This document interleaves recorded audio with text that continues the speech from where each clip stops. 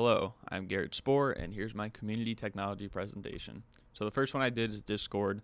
It's an app that focuses on talking with close friends through voice, video chatting, along with messaging as well, because you can directly message on there. There's text servers, text channels, as well as voice channels. It was founded May 13th, 2015.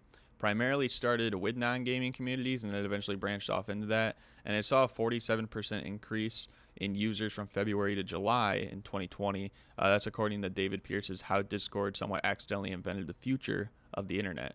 Some of their competitors like StreamYard and Twitch I've used a lot.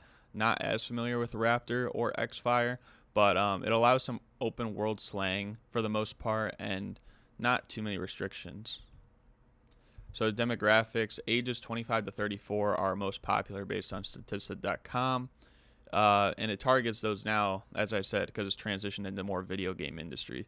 It provides a means of communication in a convenient way to meet or reconnect, find new faces or get in touch with people virtually. And it allows the customization of roles or permissions. So you could be like an admin in a server, you could be a moderator as well. And for the most part, it promotes freedom unless you're like spamming inappropriate messages or something. But even that could depend on who's running the server. So my experience, I found the voice and video chatting features very simple. I've used it for YouTube and I like the layout. I will say compared to something like StreamYard, for example, the image quality isn't quite there. But I still do have success using Discord, and I like the open space. Like when I'm talking with someone in a voice channel, video chat or something, and there's like black space around it, whereas like maybe StreamYard, you got to pay for the premium feature to remove that, and that's definitely a plus, I would say.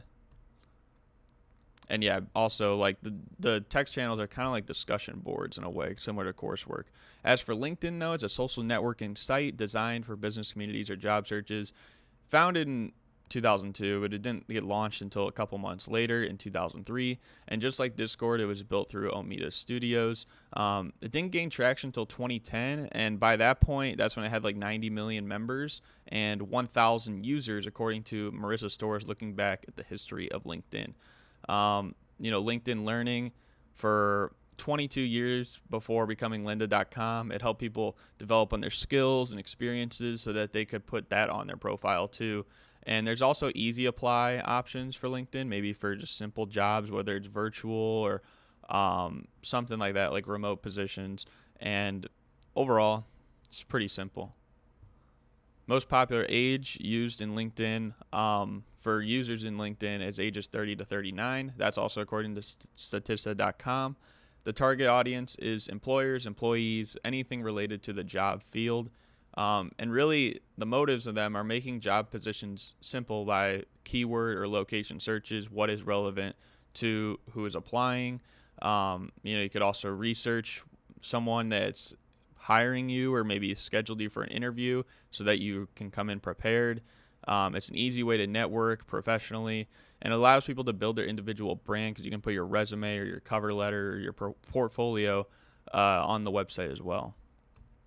So my experience is that it's been pretty easy to create applications. I think the easy apply feature is a simple way to get a lot of them out there. Maybe you won't have the most success getting one back, maybe like a callback or whatever, an email back, but still it's definitely best to get yourself out there. There's a lot of features to decipher within a job, like maybe is it going to be hybrid or is it going to be on-site or is it going to be a remote?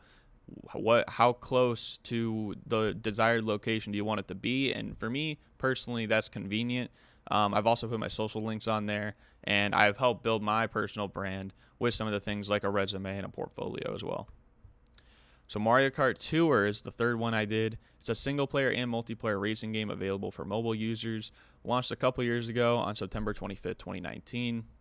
And really, really quickly, it became Nintendo, according to them, their second best-selling mobile game in the early days of the launch. And also, more than 300 million in total revenue has been made off this application as well as of 2022, last year. New features and mystery prizes, whether it's new characters, new carts, they're brought in over time in the app to keep fresh things coming in. Most popular for teenagers and middle-aged people. Over 40% of the users, though, within the first year were female, and that's also according to Nintendo.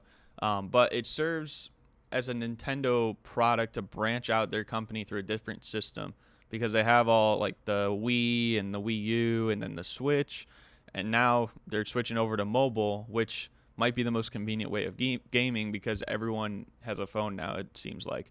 Also, the marketability of Mario, being that he's the best-selling video game franchise there is. I mean, some people will think that just because playing Mario, it's almost like the cool feel, if that makes sense. So, and that's coming from me, who is a lifelong Mario fan. And I definitely had enjoyment with this game. Maybe a little bit upset that there's not more freedom for me to drive, like drifting or whatever. But it still is very fun to use and cool to see the characters on a different platform, especially on my phone, because I'd never played a Mario game like that before on my phone, other than maybe Super Mario Run. And overall, it's really cool to see that these Mario Kart Tour tracks getting added into Mario Kart 8 Deluxe, which I also have that game. And yeah, here are my references. And yeah, thank you.